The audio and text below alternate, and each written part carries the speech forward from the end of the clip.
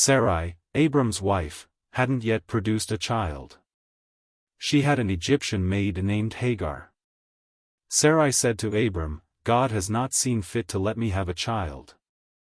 Sleep with my maid. Maybe I can get a family from her." Abram agreed to do what Sarai said.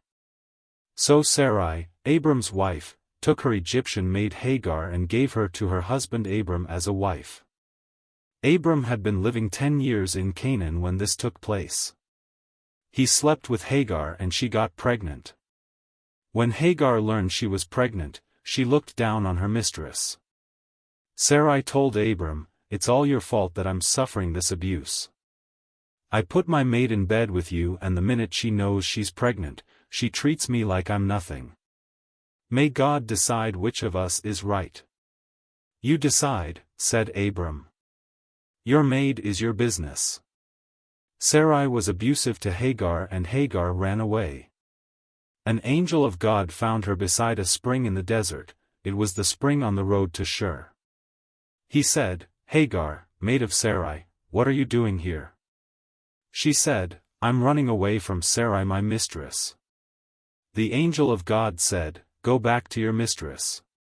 Put up with her abuse." He continued, "I'm going to give you a big family, children past counting.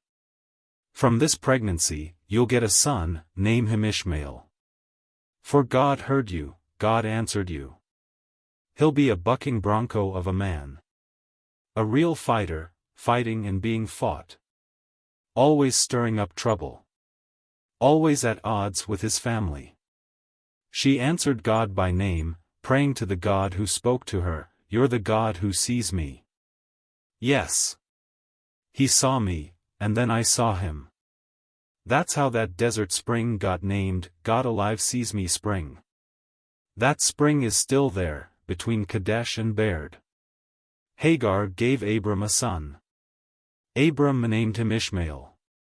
Abram was 86 years old when Hagar gave him his son, Ishmael.